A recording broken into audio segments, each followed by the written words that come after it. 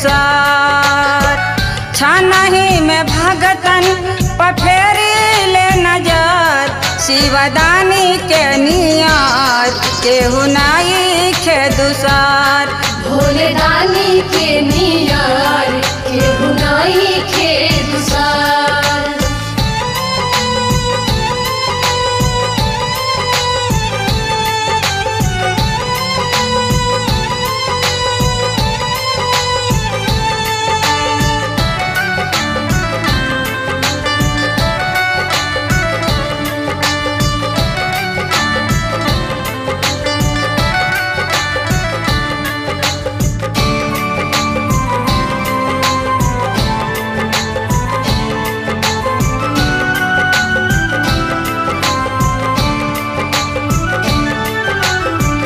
केहू कहे भोला केहू कहे अंतर्यामी, जटवा में बसल बानी गंगा महारानी।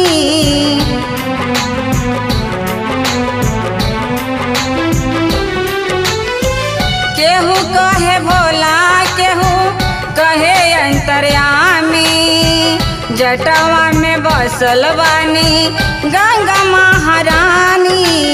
अंग में भभूति सोह गले मुंड माला, अंग में भभूति सोह गले मुंड माला, पेनी बगमल शिवदानी के नियत केहू नाई खे दुसार।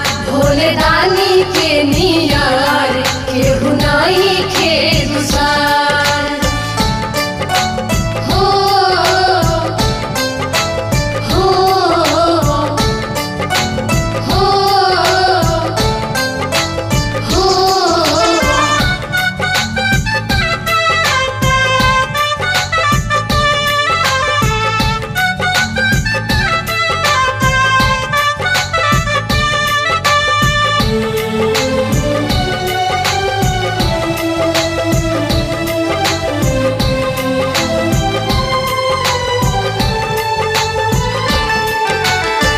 कहले हरिंदर भैया शिव के गुरु मानला, शिव के गुरु मानतिना सूत्र के ज्ञान ला।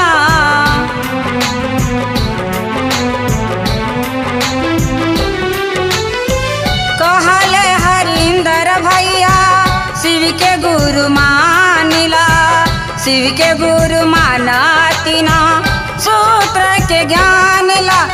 गुरु नाम के कीर्तन करा, हरि नाम के कीर्तन करा, इहे बाडगर शिवदानी के नियत केहू नाई खे दुसार। भोले दानी के नियर केहू नाई खे दुसार।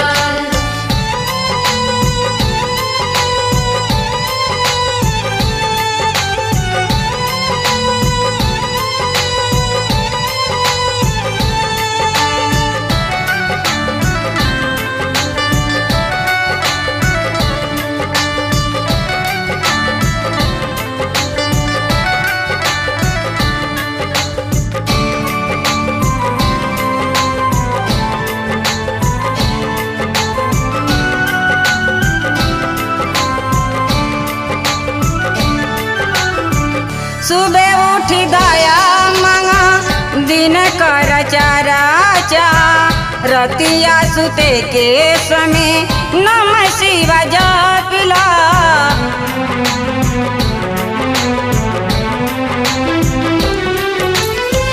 सुबह उठी दया मांगा दिन कर चाराचा, रतिया सुते के समय नमः शिवा जपिला।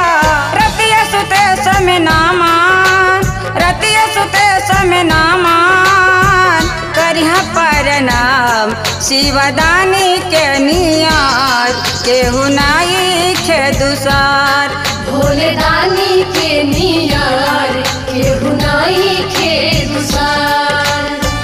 छानही में भगतन पफेरी ले नजर, शिवदानी के नियत केहू नाई खे दुसार। भोले दानी के नियर केहू नाई खे